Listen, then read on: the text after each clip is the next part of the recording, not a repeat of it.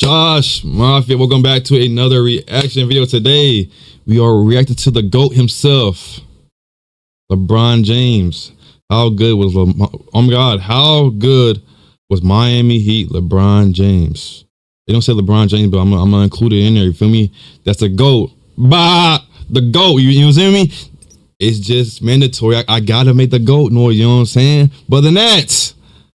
Let's get into it and see. Well, I know how good LeBron was in Miami Heat. Y'all got to see this shit, you feel me? But let's get into it. In 2010, LeBron shocked the world and became the most hated Yes, player Lord. in the NBA. Aha. Then he lost to Dirk and became a meme. LeBron melted down the way we've never seen a superstar melt down in the history of sports. Crushed, but more motivated than ever, LeBron decided to bulk up. And with the help of Hakeem Olajuwon, he erased the only two weaknesses in his game. And what happened next was legendary. He became the most efficient, LeBron. guardable player in the league, leading Miami to 3 more finals and 2 NBA titles. With the passing ability of Magic Johnson and Michael Jordan's athleticism, both while weighing close to young Shaq, the Miami LeBron was a monster. And Indeed. widely considered to be the best version of King James. So, how good was LeBron in Miami actually? We're going to see. LeBron was arguably the most athletic player in the NBA already as a rookie. I'm going to pause it. Santino, we're not finna have no disrespect to the GOAT himself, King motherfucking James, in my chat. I don't care. Cringe. I don't care what it is. You feel me? Nothing have no disrespect to the GOAT in my chat. Unless he would get packed up. You know what I'm saying? I don't care. Something that could only be said about Wilt and MJ. In 2003, when he got drafted, James weighed 235 pounds. But even though he had an NBA-ready body as an 18-year-old, it still took him a few years to build up his strength. In 2005, James tipped the scales at 250 pounds. But carrying that extra weight took its toll, as LeBron started experiencing knee and back pain, which was a problem, considering he was only 21 years old. But then, LeBron got introduced to Mike Mancias, a biomechanics expert, who quickly became one of the most important people in his career. Mancias completely reconstructed LeBron's routine, including weightlifting, plyometric work, and some form of yoga and stretching before and after every session. The pain in LeBron's knees and back was gone. His core strength and posture improved massively, and LeBron's athleticism reached new heights. Around 2009, when James won his first MVP, it seemed as if he was catapulted out of a cannon on each fast break, and he jumped on an invisible trampoline. However, the Cavaliers could never manage to construct a proper roster around LeBron. Yeah. In the 2009 playoffs, despite a monster 38. Dirk was cold, I ain't gonna lie. He was cold for sure. To Orlando in the Eastern Conference Finals. In 2010, James won another MVP, but the playoffs brought more disappointment, with the Cavs losing to Boston in the second round of the playoffs. LeBron carried the Cavs for 7 years, and he took them as far as they could go. But it was clear that he needed a change of scenery. And LeBron James' season is over. Is his career in Cleveland over? The decision was a nationally televised breakup that caused a bonfire of LeBron jerseys. I remember this when they burned his shit. I remember. It wasn't a great move from a PR perspective. It made all the sense in the world from a basketball standpoint. By teaming up with Dwayne Wade and Chris Bosh, LeBron finally had the all-star support he needed. Teammates who were supposed to help him get over the hump and win his first championship. But it didn't go as smoothly as everyone predicted. Came down here to win championships. Not one, championships. Not two. LeBron, tell us about that. Not 2, not 3, not 4, not 5, not 6, not 7. The Heat started the season 9-8, with LeBron famously body-checking Eric Spoelstra, showing that he didn't have faith in the young coach. James even went into Pat Riley's office, demanding that Spo get fired and Riley take over the team. However, Riley had full faith in Spoelstra, and he refused, which was a great decision. Miami regrouped, winning 20 out of their next 21 games, and finished the season with 58 wins. Loving it. Started, the Heatles were dominant, easily beating Philadelphia in the first round, and in the second round, LeBron finally got revenge on his arch nemesis, defeating Paul Pierce and the Celtics in 5 games. James over Pierce. Smack him. In the conference finals, Miami faced the #1 seeded Chicago Bulls and league MVP Derrick Rose. But it didn't start. He's a go-to. The Bulls blew him out in Game 1, winning by 21, with LeBron scoring just 15 points on 5 for 15 shooting. But then Coach Spo made a crucial adjustment and had LeBron guarding Derrick Rose in the fourth quarter. Rose was the quickest and most athletic point guard in the NBA, but LeBron was quick enough to stay in front of him. With a 6-inch height difference and 50 extra pounds, James was able to stifle Rose, which completely neutralized Chicago's offense. Miami won the next 4 games and advanced to the NBA Finals, where they were heavy favorites against Dirk Nowitzki and the Mavericks. After taking a 2-1 lead in the series against the Mavs and holding a double-digit lead late in Game 4, a championship felt inevitable. But Dirk had other plans. Hitting one tough shot after another, the German almost single-handedly won Game 4. Dirk is a go-to. Final 9 Maverick points, including a game-winning layup over Chris Bosh. Still, everyone believed that this was just a hiccup and that Miami would win, because LeBron was widely considered to be the best player in the world. However, LeBron wasn't the best player in that series. He wasn't even top 3. For long stretches of the series, Dallas kept James in check by using the much smaller Jason Kidd as his primary defender. Offensive foul. Great defense from the 38-year-old. Kidd kept digging at the ball, and LeBron was unable to attack him off the dribble. MJ's not better than LeBron. Like I said, we not finna have no LeBron hate in my chat. I'm not cutting it. I don't care who you say better than LeBron. I'm gonna say LeBron better. Why? LeBron. That's just who better in my opinion. You got opinions, sent to him? Why you can't just watch the video with me and I just react to the shit? You know what I'm saying? You might have your favorite might be MJ, but mine's LeBron. You know what I'm saying? I don't want to hear that MJ shit. Partly because Tyson Chandler was able to help off the Heat's big men and was always waiting to cut off James's driving lanes. LeBron couldn't get into any kind of rhythm in isolation and was unable or unwilling to penetrate off the dribble and was forced to rely on a shaky jump shot. James finished Game 4 with a career-low 8 points and was completely passive in the fourth quarter. Then, in Game 5, it was more of the same. James was unbelievably passive in the fourth quarter, scoring just 2 points and 17 total for the game, shooting 8 for 19 from the field as Dallas took a 3-2 series lead. However, in Game 6, LeBron finally played better, while Dirk struggled. Nowitzki started the game going 1 for 12 in the first half, 4 for 21 during the first 3.5 quarters. But thanks to Jason Terry and J.J. Barea, the Mavs still held an 81-77 lead with 8 minutes left when the German superstar finally woke up. Dirk scored 10 points in the final 7 minutes, hitting 5 for 6 from the field to clinch the game and the championship for Dallas. And even though LeBron shot 9 for 15 from the field in Game 6, it was too little, too late, and he finished the series as the 5th leading scorer. Across 6 games, James scored just 18 points in the fourth quarter, just 3 points per game in the deciding period, which gave birth to all kinds of memes. Hey, everybody haters, namely everybody that's in the NBA go through things like this. You say they don't, I don't hear shit you gotta say. You know what I'm saying?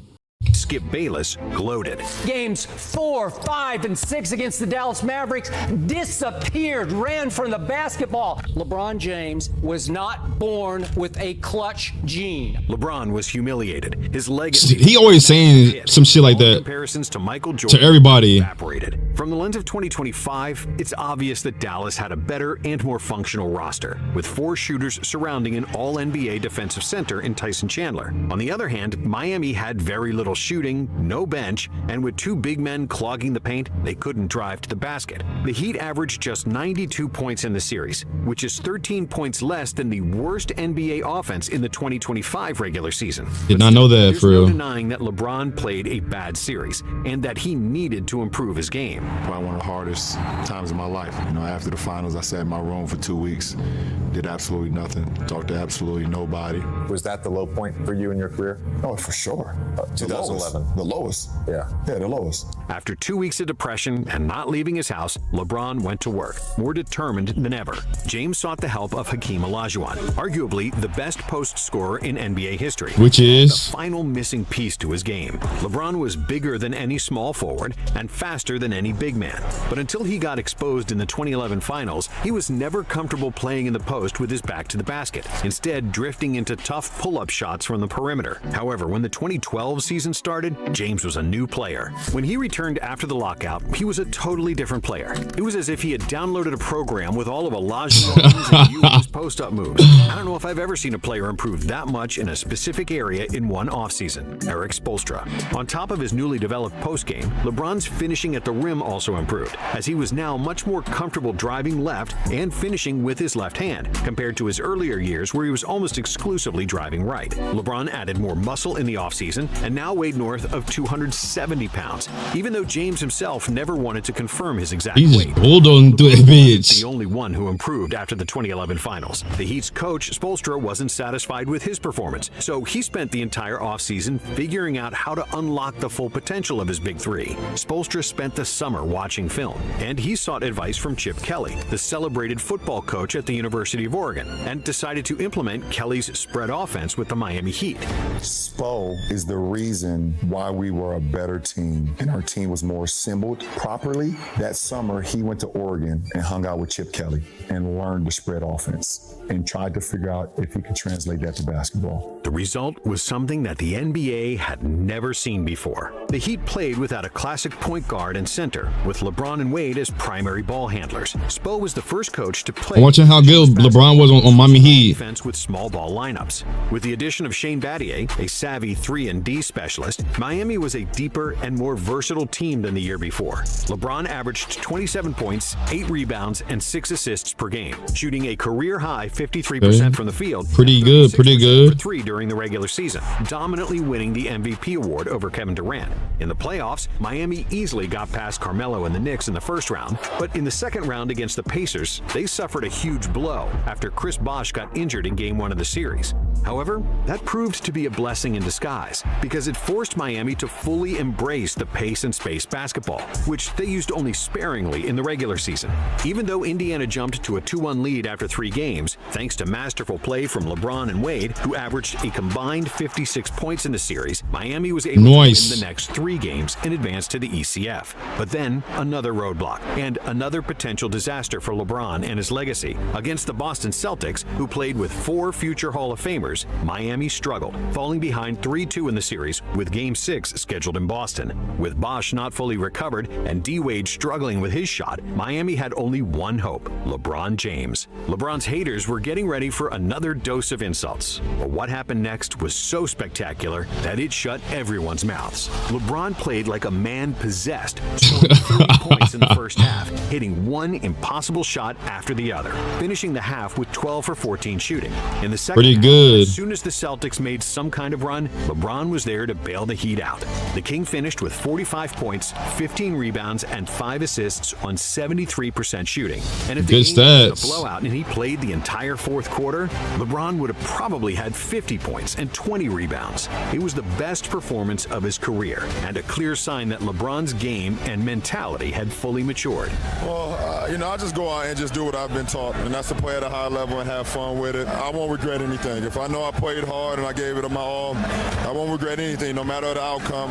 That's where I've been this whole season. In Game 7, LeBron followed up his monster game with a 30-point triple-double. Back to James!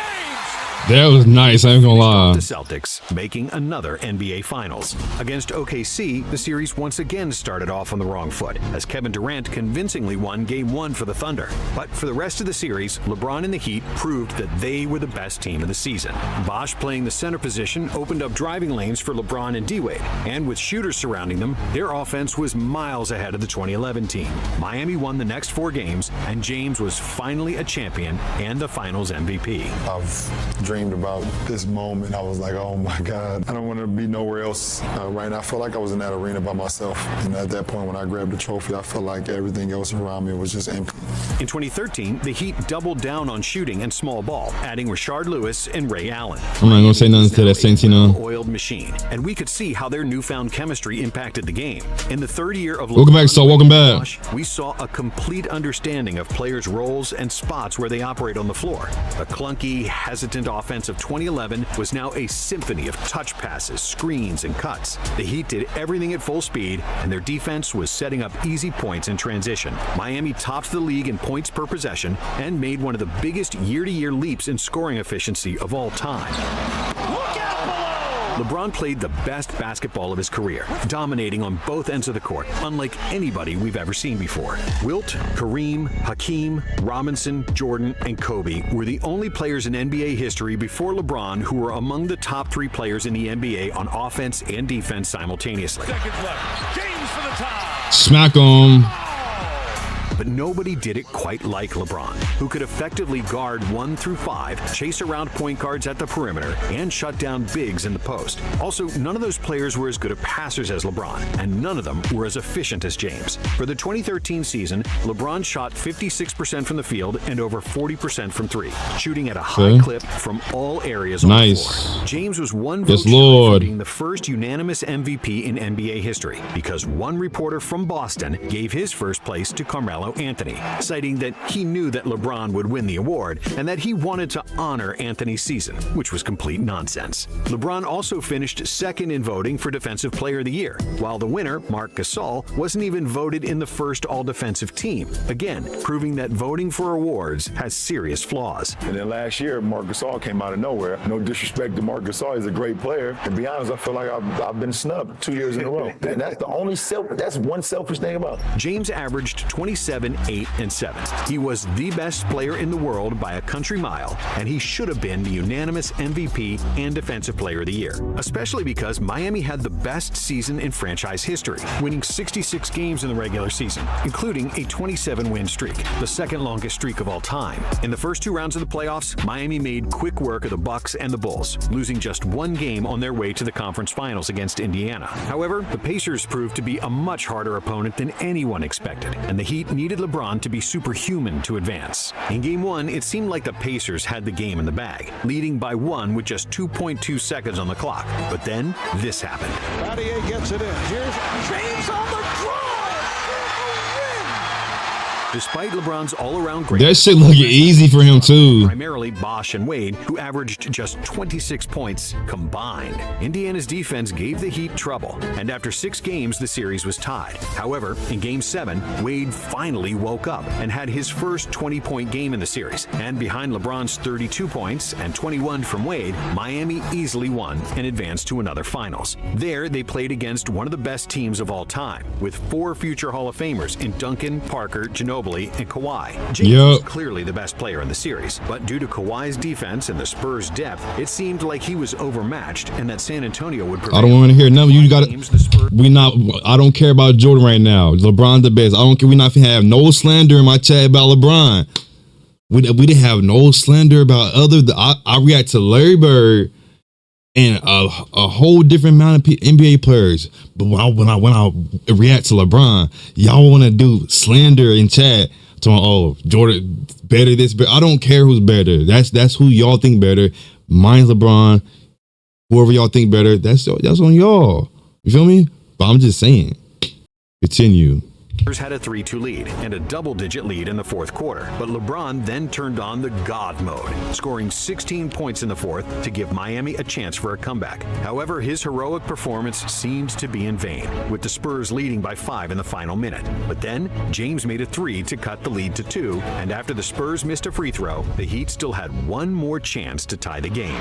James catches, puts up a 3. Won't go.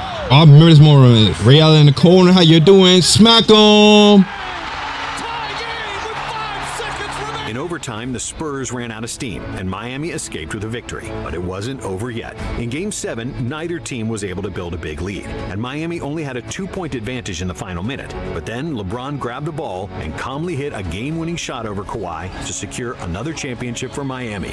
James finished with 37 points and was deservedly named the Finals MVP, averaging 25 points, 11 rebounds, 7 assists, and 2.3 steals for the series, nearly leading both teams in all 4 categories.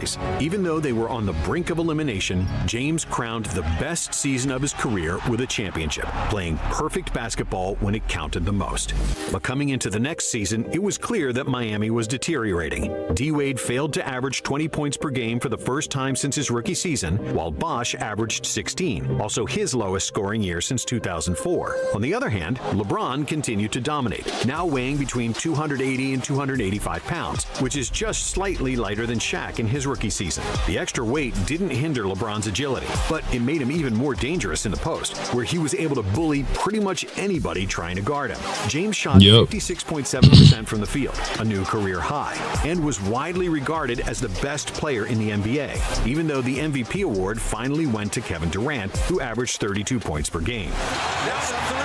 Make somebody else beat you. Three on the way. He got it. That's what he do. Playoffs started. It was he has moments, you know. Real MVP, and it wasn't Durant's mother. Defenders bounced off LeBron like they were middle schoolers, and Miami lost just 3 games on their way to another NBA Finals. However, this time the Spurs improved from the previous season, while Miami regressed. LeBron was able to win 1 game on his own, but that was all he could do against a much better team. Miami's trapping defense was shredded to pieces with San Antonio's one-touch passes, constant movement, and a barrage of three-point shooting. The Spurs played modern pace and space basketball, and other than LeBron, Miami didn't have anybody who could consistently score against Kawhi, Duncan, and the great Spurs defense. San Antonio won the finals 4-1, despite LeBron shooting lights out, making 57% from the field. And it's a team effort, that's why. You know what I'm saying? For the entire playoffs, James shot 56% from the field and 41% from 3, with 27 points, 7 rebounds, and 5 assists per game. But Wade averaged 17, and Bosh had 15 points per game, as the only other players scoring in double figures. When LeBron left Cleveland, he did it because he didn't have enough help from his teammates and had to do everything to be even close to winning. And 4 years later, the same scenario repeated with Miami. Because of Wade and Bosh's decline, the aging Ray Allen and Shane Battier, and the infamous cookie scandal with Pat Riley, LeBron switched teams again, making his homecoming return to Cleveland.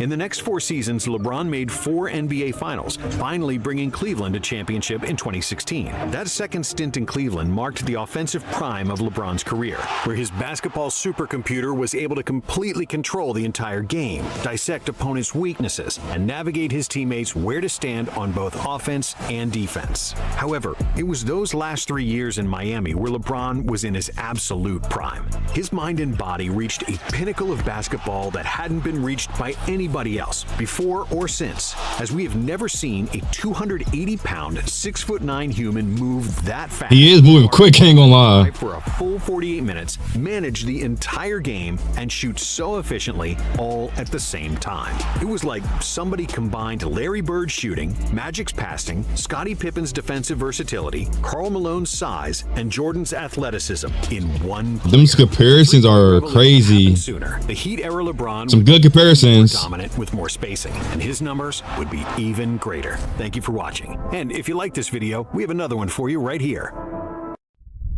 All right, that is the end of the video, Josh Mafia, of how good was Miami Heat LeBron.